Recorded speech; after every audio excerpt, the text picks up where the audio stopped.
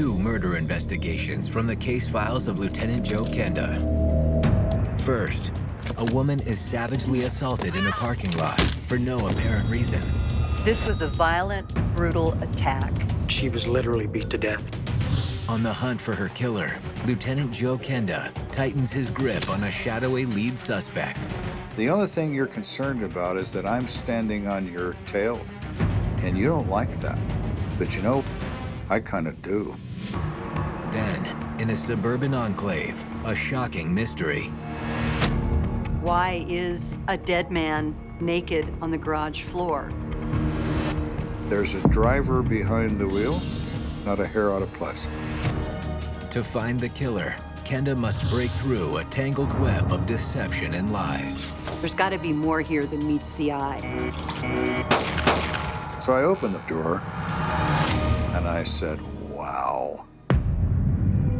No one likes to reveal their secrets, and sometimes the worst secrets are the personal ones, and that those secrets can lead to an incredible level of violence. There's one thing that never changes: murder. A life has been taken.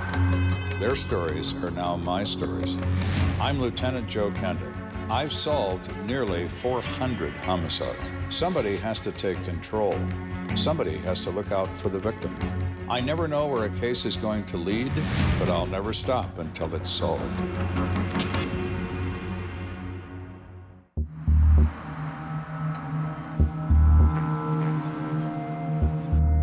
It's 8 a.m., and 26-year-old car mechanic Ron Loomer is sleeping off his Saturday night out.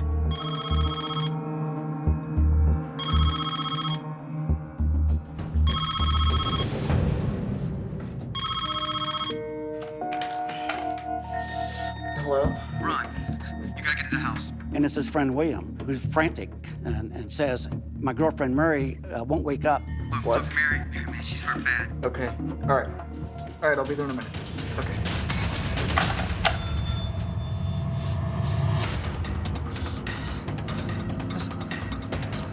William was so upset, he was shaking, he was pacing, he was sweating. He just was frantic that something was wrong. What's going on? God. Mary, she was this fight last night, man. There's blood everywhere. She's up here. Come on, let's go. Come on.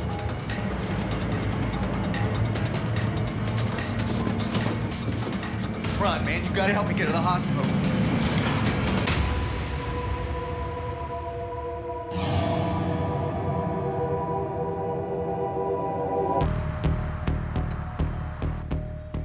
A few miles away, Lieutenant Joe Kenda is enjoying a rare day off. I play golf badly, but I play golf. Had a couple guys with me, other cops. You gonna putt, Joe, or are you just gonna sit there and pose? Watch and learn.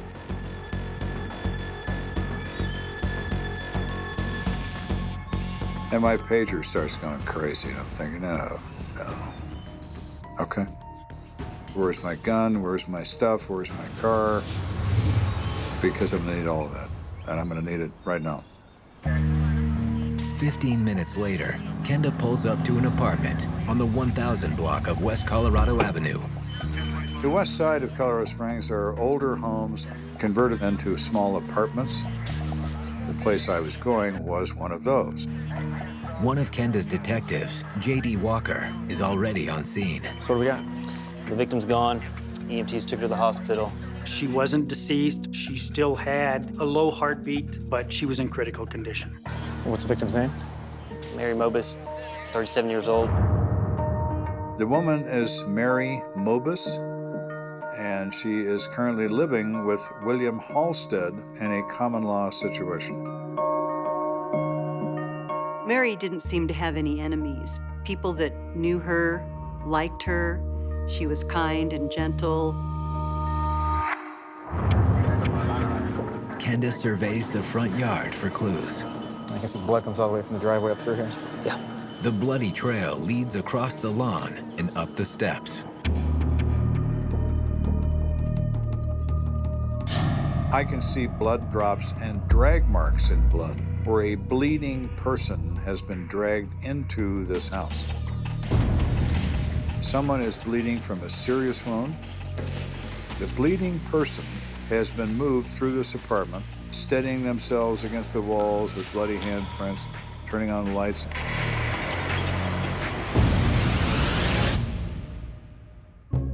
But it's in the master bedroom where Kenda encounters the most blood.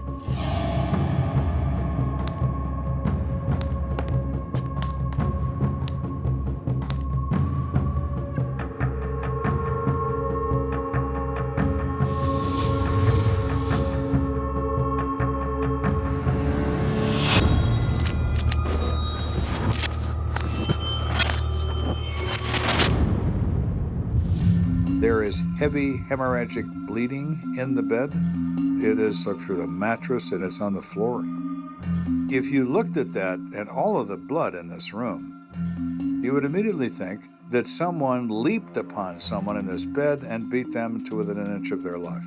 That's not the case. If there had been an attacker in this room, you would have a blood-spattered bedroom. That's not the case at all. This assault didn't happen here, it happened somewhere else. But where? It's time for a chat with Mary's boyfriend, William Halstead. William? Yes. Lieutenant Kenda. Now it's time to find out what William has to say for himself. It is obvious to me that Mary Mobus did not inflict this massive injury to her own head. Somebody made that happen. Could that be William?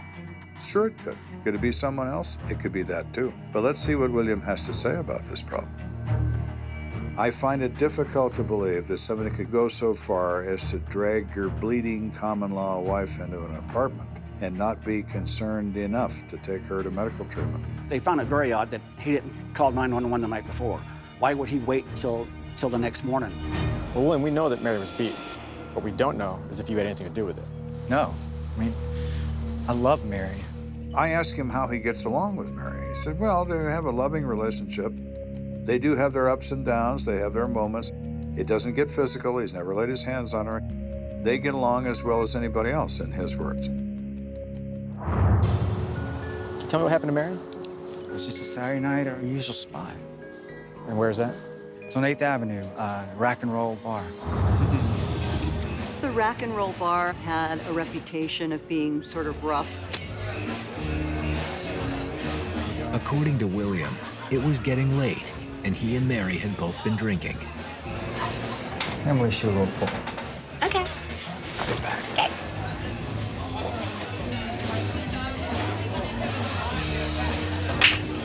He was in the back of the bar shooting pool.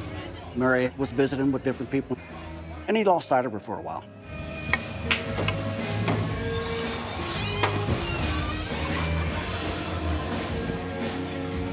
Hey, did you see where Mary went? No, I don't know where she went to. So William says that he's looking around, he doesn't see Mary in the bar. Figures she's walked outside, so he decides he better go check on her.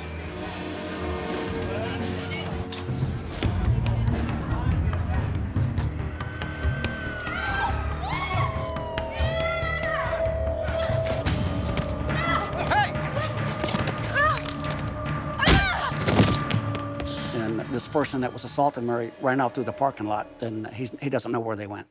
We've got to get you to the ER. No, just take me home. Hey, I'll drive you. It'll be okay. William tells Kenda that against his better judgment, he did just as Mary asked. Now, it's not uncommon for people, particularly younger people, to be reluctant to go to a hospital. They always believe they're going to be all right. She's also intoxicated, which impacts her ability to make a judgment of how badly she is hurt. You say you drove her home? No. Is that your vehicle right here? There is blood. It's mostly on the passenger side of the vehicle. We didn't really look at it very closely because I want this examined in the laboratory and not on the street. Can you think of anyone that want to hurt Mary? Maybe somebody from her drug life. She's into drugs? Not anymore, though. She stopped it. According to William, she is reformed. She no longer uses. She actually works as a confidential informant now. Who's she working with? Metro Vice Narcotics, I think. VNI? Yeah, that's it. Now, he knows the name. That unit is referred to as VNI, Vice Narcotics Intelligence, but on the street, it's Metro Vice and Narcotics. And I'm thinking, uh-oh, if somebody in that business believed he was about to be set up by the police informant he was meeting at that bar that night, this could certainly lead to a savage beating. So whoever Mr. Drug Dealer is, right now looks like my absolute best bet.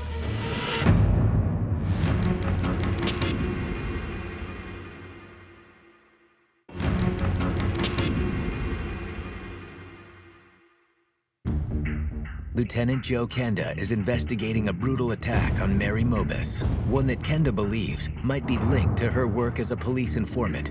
There is no more dangerous game you can play than to be a police informant, particularly in matters involving narcotics.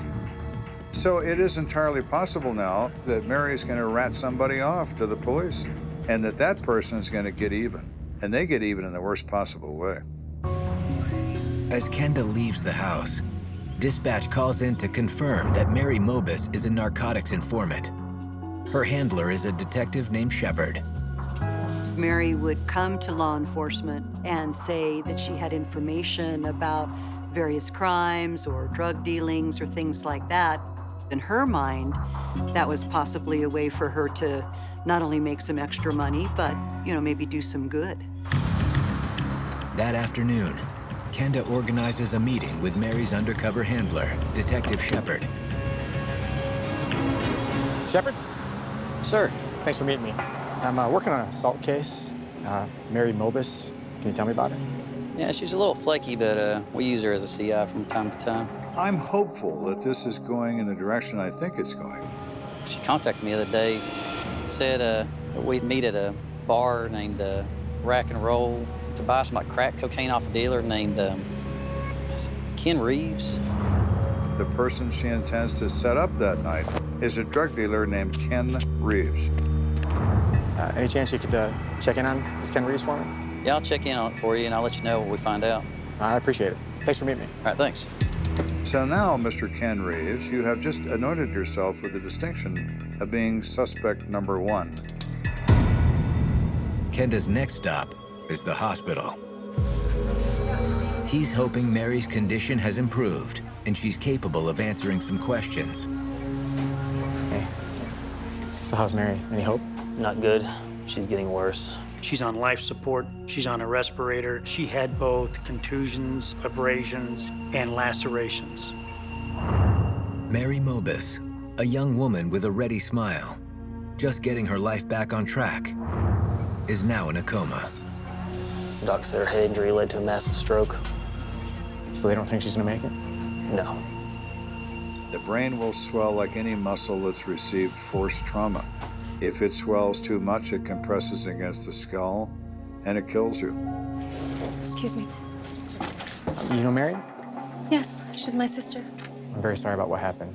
I'm Lieutenant Kenda. This is Detective Walker. Do you mind if we talk to you for a minute? Sure.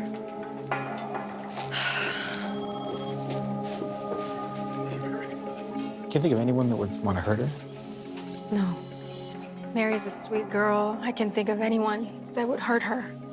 And what can you tell me about her? Mary and I are very close. We talk every day. We grew up together on a horse farm.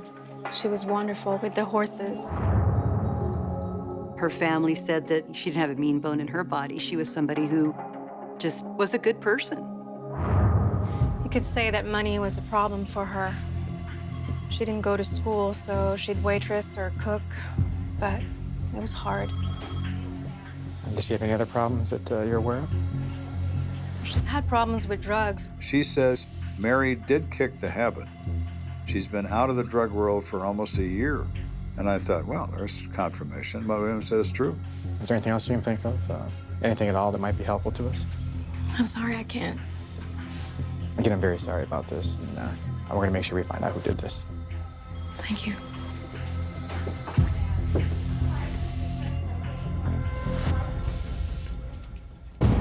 With no hope of talking to her, Kenda leaves. But en route to headquarters, he gets word that Detective Shepard has tracked down suspect Ken Reeves. This guy's potentially violent. Right. I've got backup down the street waiting for us if we need him. Almost all dealers carrying weapons. They have weapons in their bed. They have a weapon under their pillow. They got 3 of them on their person. When you're about to make an entry with people you think have guns, a lot goes through your mind as that door is starting to open. Ken Reeves? Yeah, that's me. I'd like to talk to you about some allegations of some possible narcotics trade. Mind if we come inside? He's somewhat shocked. He's somewhat nervous. Yeah, I'm gonna look around through this way. Any weapons on you? No, sir. You know Mary Mobus? The name doesn't sound familiar. Where were you last night? I was at work.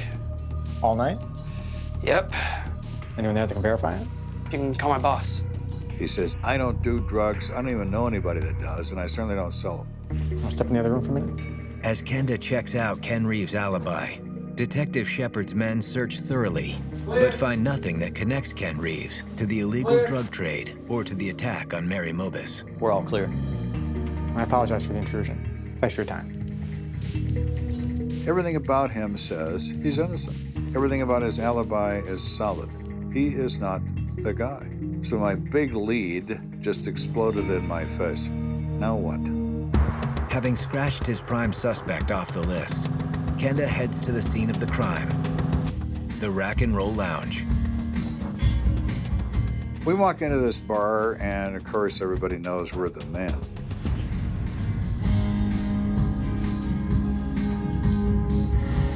Hey, I'm the manager. Do you always carry a woman's purse? No, just assume that's why you're here. We found it last night in the parking lot. And we look in the bag, and there is Mary Mobus's driver's license. Cash, credit card, everything's here. Purses can tell you a great deal about the motivation behind a crime. If you open this purse and you find all the currency and credit cards missing, then it may be nothing more than a street robbery, a mugging. But if everything is there, then it leads to the conclusion that this is revenge.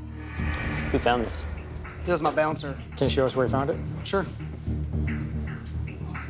The fact that her purse is found in the parking lot after the fact itself bucks up what William has to say. That she is surprised as she approaches her own vehicle and assaulted by who knows. I'm hoping to find some evidence of an assault, maybe some blood, something that says that our chain of events is probably accurate. It was right here. Her stuff was all over the place. You sure it was in this area? That's what my bouncer said. Kenda's troubled by what he sees, or more accurately, what he doesn't. I don't see any blood. Given the vicious beating Mary allegedly received here, the spot should be covered in it. So is Mary a regular here? Oh, yeah. So you say that Mary's a regular. Oh yeah, her and her husband, William, I know both of them. They're in here all the time. Including last night? Definitely. Then, the manager piques Kenda's interest with something new. My bouncer said they were arguing. But he's interrupted by Kenda's pager. So while we're considering all this and what we know so far, I get a call that Mary Mobus has died. So it's no longer an attempted murder, it's a murder. Dispatch also reports that the CSIs examining William Halstead's Ford Bronco have made an important discovery. He says, you better come look at this guy's truck.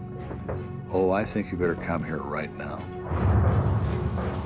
I go down to the evidence garage, and the evidence bay is lit up like Dallas at high noon.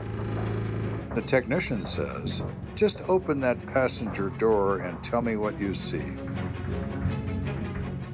So I opened the passenger door, and I took one look in that truck, and I said, wow.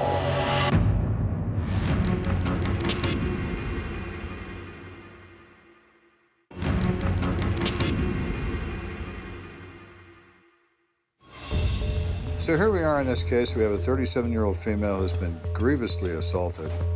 Every case turns on what is said happens and what the physical evidence says happened. We looked at her informant status. Now we're looking at some physical evidence. It's going to turn this case upside down. There's blood spatter on the inside of the driver's side window. There's also blood spatter on the sliding steel levers that adjust the car's air and temperature. And there is long blonde hair adhered to the arms. Mary Mobus has long blonde hair. It was obvious to investigators that Mary was assaulted inside of this truck. The only person driving that truck is William Halstead. The crime scene I've been looking for is staring me in the face. All right, thank you. No problem. Within the hour, Kenda's men bring William Halstead in for questioning. I set him in an interrogation room and leave him alone for a while. I want him off balance. I want him to wonder why he's there. Kenda lets William Halstead stew for nearly an hour.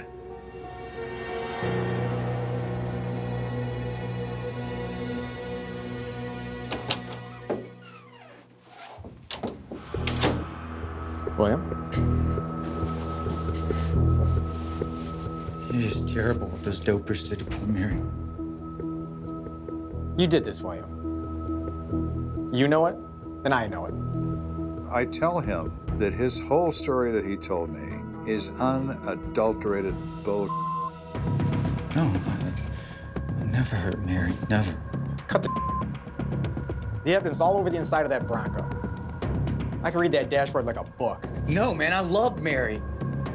I would never hurt her. The way I see it, William, you don't really care that Mary's dead. The only thing you're concerned about is that I'm standing on your tail. And you don't like that. But you know, William, I kind of do. I want to talk to my lawyer. Are you sure that's the way you want to go? Yes, give me my lawyer. At that point, he lawyers up and refuses to tell us actually what happened. Officer? Go ahead and handcuff him. Stand up here, William. He's under arrest for murder. Put your hands behind your back. William Halstead is no longer talking, but even without William's cooperation, it's clear how the crime went down. We know that there's an argument in that bar. Nobody really remembers about what. Who are you talking to? What? No one. I was just looking around. You sleep that creep, don't you? Where are you going? Hey, I asked you a question. Where are you going? Leave me alone. She storms out of the place. That's why she left first. He follows her out. She's waiting at the car because it's probably locked. You out here waiting for somebody? Yeah, you. What are you waiting for? I'm waiting for you to take me home. Hey, lose that tongue. No, let go of me. Oh. Ah! Oh. William! He shoves her in the car. Purse is still on the ground. Shut up. I'm not gonna let you do that to me anymore. What?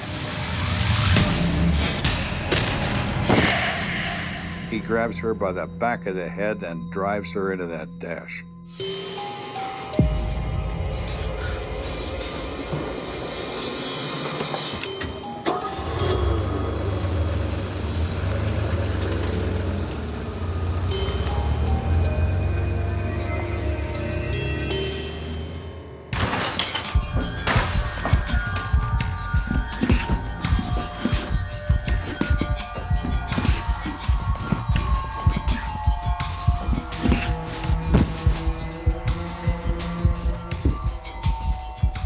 Bill Halstead lays her on the bed, and there she lays throughout the night.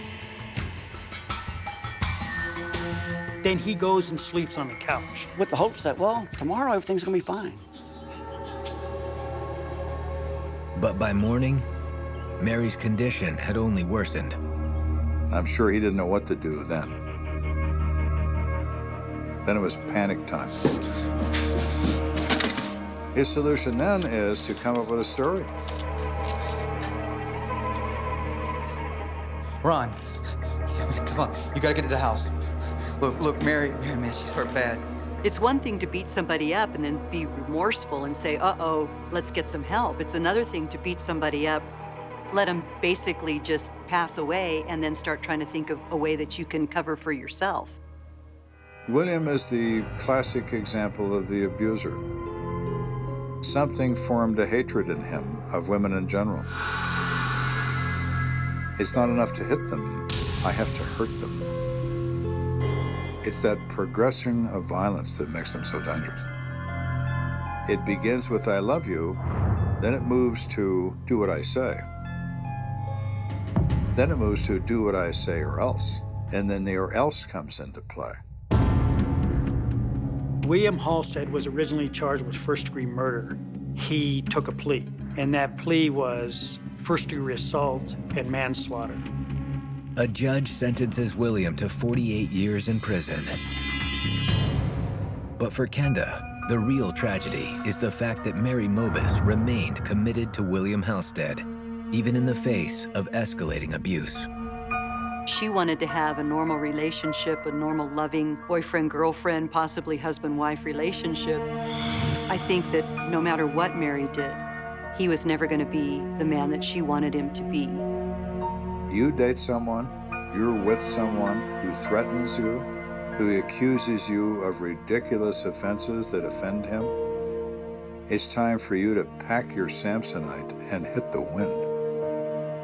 He is nothing but risk and maybe even death. Coming up, a baffling find in an upscale home. Why is a dead man naked on the garage floor? Being weird is not against the law, but being weird in a situation like this interests me. For exclusive footage, go to investigationdiscovery.com.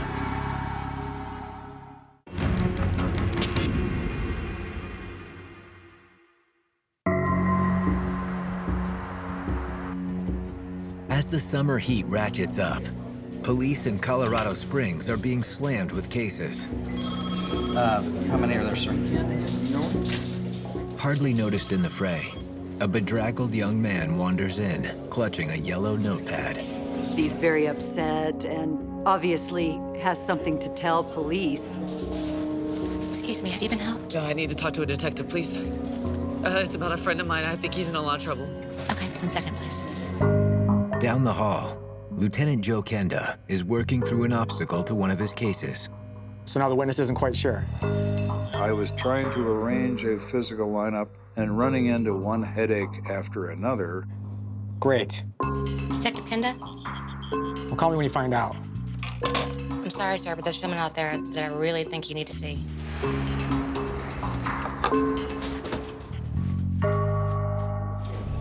As she head nods toward this kid in the lobby. He's been crying, and there are tear stains in the dirt in his face. He looks like a street urchin and is clutching this yellow legal pad. Whatever he has to say relates to what's on that legal pad. I just don't know what it is yet. Well, Detective Kenda, how can I help you? I'm James. This is about my friend Lewis. I have a note. What's in the note? You'll just have to read it. Want to put it down on the table for me? Right here? It's a confession to murder, followed by a suicide note. Signed Louis Denoya. Very neatly written. And it says that he kills someone named Lenny. He alleges in self-defense to an extortion plot. It's basically saying, I did this is why, and I don't want to go to jail, and so I'm killing myself. Very strange indeed. I've never seen one before, never seen one since. James, how'd you come about this note? I got it from his house, but it started 2 days ago. James stated that Lewis had called him and told him that he had killed somebody and that he was thinking of taking his own life. I go to his house, and the door was unlocked, so I go in. The first thing that I saw was the notepad, and I read it, and that's when I saw the blood. Blood? There was blood on the floor. I got freaked out and I left. Moments later, witness James Dalton is guiding Lieutenant Kenda through a neighborhood his major crimes unit rarely visits, the Broadmoor. If you're moneyed, if you're wealthy, if you have prestige, that you want to live in the Broadmoor.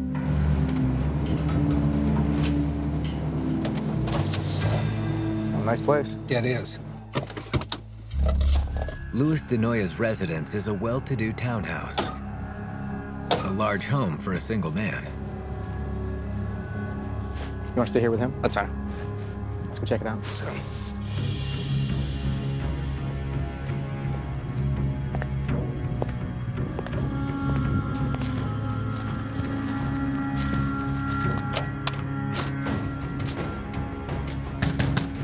Police, we're coming in!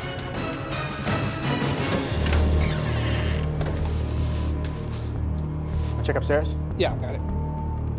And this was well kept, well furnished. It didn't look like there had been a robbery or any kind of crime committed there. We clear the place, which doesn't take more than a few seconds. We check all the rooms. No one is present. Upstairs is clear. Clear downstairs. We've got blood. Yeah. Kenda spots a trail of blood leading into the garage.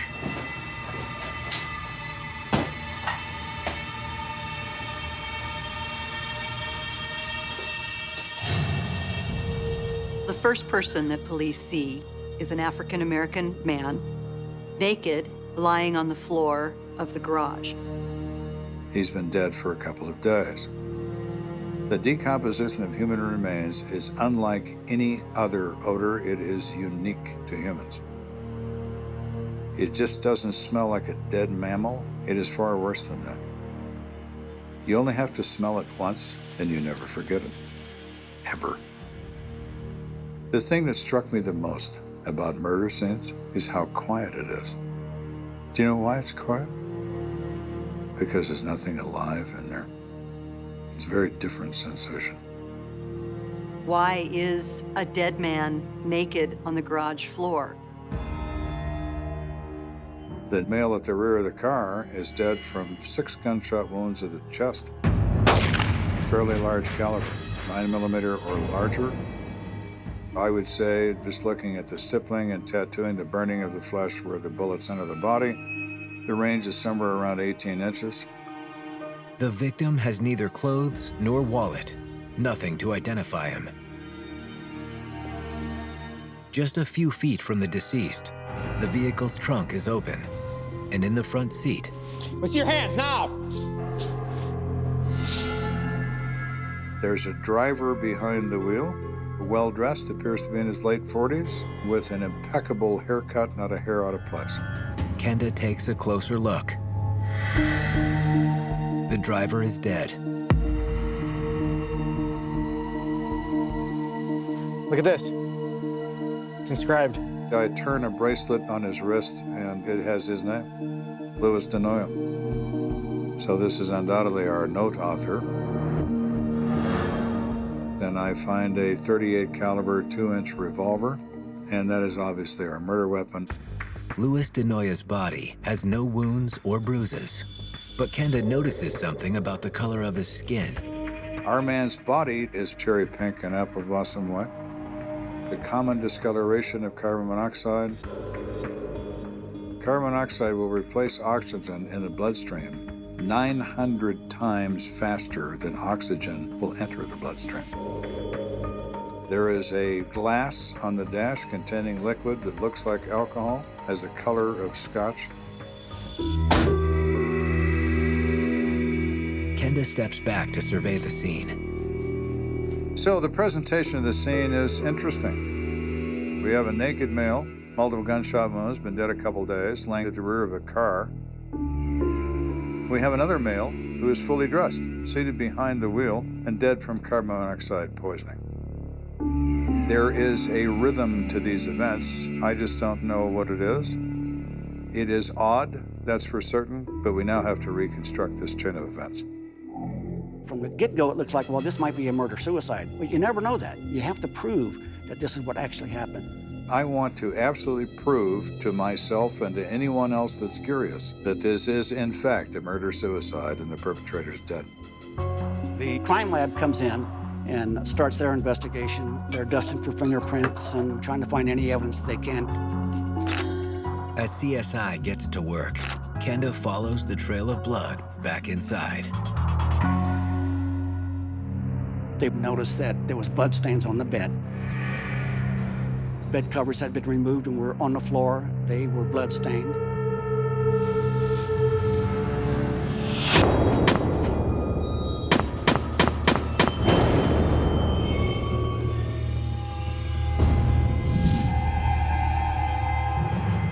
Check for an ID? Sure.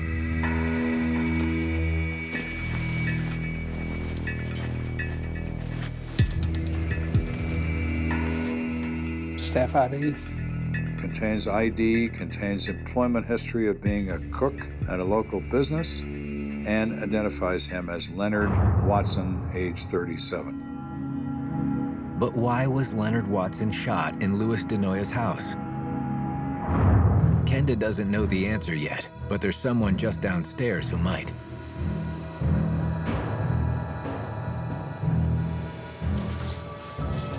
So tell me about you and Louis. I met him at a bar. We would go out to dinner. James then started to tell them that he has known Louis for 2.5, 3 years, and that Louis was actually a senior vice president for Colorado Interstate Gas. But he doesn't need that income for his lifestyle. He doesn't need a job. He says that Louis is the son of this incredibly wealthy family from Texas. He was a good friend. Must have been a really good friend. You know this guy? We show him a picture of the individual that's in the garage. We obscure the name. I've never seen him before. While Kenda is questioning James Dalton, CSI makes an interesting find. And there was lots of liquor bottles and whatnot. Among them, a single beer bottle placed on top of the trash. And the more CSI checks it out, the more antsy James Dalton seems to get. What are they doing? Dust for fingerprints. He's becoming more nervous by the minute. So is this a murder-suicide like you say, James? Or is it something much more than that you're involved in? That's what we're going to find out.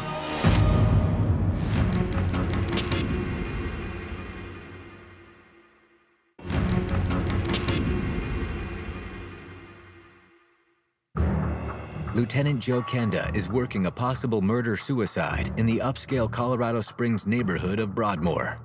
Initially, what is this? I don't know. Maybe a murder-suicide, maybe a staged crime. How do we know that Louis killed the person on the floor of the garage? Did somebody else kill him and drag him to the garage, and Louis was so overwhelmed with grief or whatever that he decided to kill himself? The key to the case seems to be young James Dalton, who appears increasingly agitated.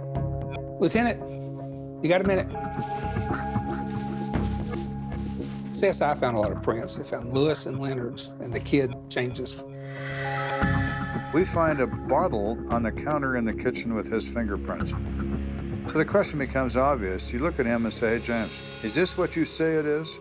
Or is it something else entirely and you're up to your neck in it? Did you have something to do with this, James? No, I just walked in. Louis wrote the note. There was blood. I had a beer. Louis! Louis, are you here? It's James.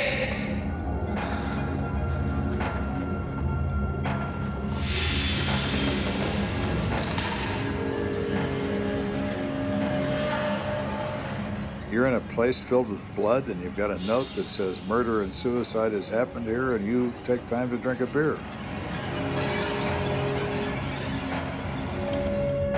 Why is this kid so nervous? Did you kill him? Is that why you're nervous? It was Louis. He was terrified his secret was going to get out. What secret's that? Louis was gay. He knew that if it got out, it was going to ruin him. He said Leonard was going to use it against him. James, what I think Louis was paying for sex. I think Leonard was a prostitute. Was Louis paying for sex? Were you finding his tricks for him? Look, I just made the introductions. Yeah. Louis liked younger guys. So once the pressuring of James finally comes to fruition, and he reveals that he in fact introduces Lewis to young men that he knows, then it becomes obvious what James is. James is a form of a pimp, except he doesn't provide money to these people, Lewis does. But what he receives is not money, he receives perks. He receives his ability to be friends with this guy, dinners out, even a trip to Mexico. So it all works very nicely for both these people. They're all getting something they want. Look, he could afford it. I'll show you. To further prove he's telling the truth, James leads Lieutenant Kenda to a closet in Lewis's master bedroom. It's filled with an enormous number of sex toys. It's also filled with photographs of Lewis and men in various sexual positions. With all the evidence laid out before him, Kenda and his men put the final pieces of the puzzle together. Lewis somehow contacted Lenny and had convinced Lenny to come over possibly for a sexual rendezvous. Thank you. You're welcome. How you doing? I'm doing fine. How are you? Waking up in the morning, no complaints there. That's always a good thing. Yeah, absolutely. One of the theories was that perhaps Lewis had picked up Lenny as a trick, and once Lenny got there, he realized that this guy's got some money. So let me ask you something. Are you up? What are you talking about? I mean, do people know your lifestyle? Well, I mean, only the people I bring back here, you know, my friends. So it'll be worth something to you to keep it a secret. Leonard hits Lewis with his demand, and Lewis panics.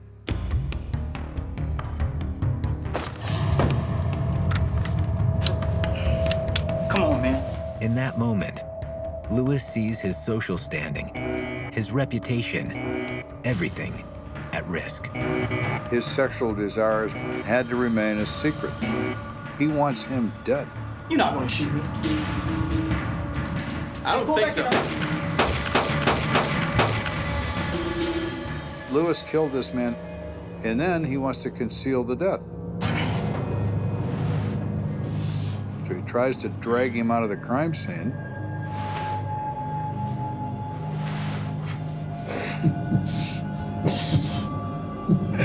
There is such a thing as dead weight. Picking up a dead guy is a very difficult thing to do. It would take probably 3 guys to pick that guy up off the garage floor and put him in that car. And he couldn't do it. Uh-oh. I can't throw you away. So now what? This is all going to be revealed.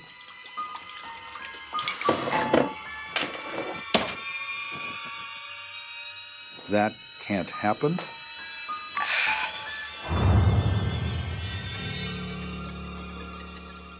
James, yeah, I need to talk to you.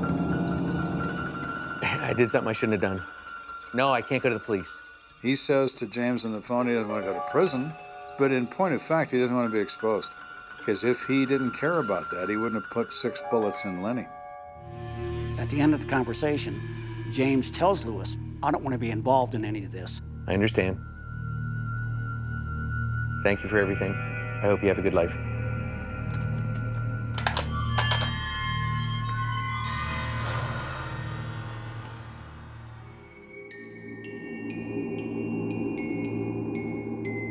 Lewis was trapped in his own private world.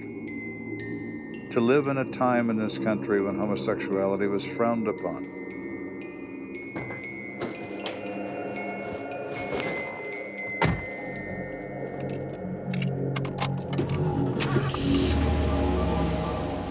He fires off his Cadillac and waits.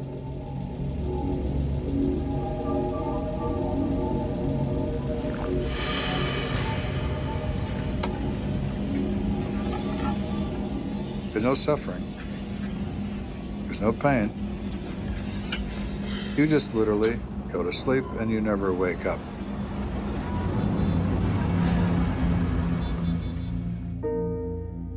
It's easy to overlook the fact that Leonard Watson is the victim in this case because the focus is on Lewis and his privileged life and the life that everybody dreams about. Leonard wasn't a bad person. He was just a hardworking, down on his luck type person. Shame is an enormously powerful emotion. It is so powerful that Lewis is overcome by it. When he is threatened with exposure, this is more damaging to him and his mind than anything else ever could be. It forces him to make the worst possible decision. He takes a life. His homosexuality is a secret, but there's no way he can make this murder a secret. And that stigma was going to be a lot more destructive than shame.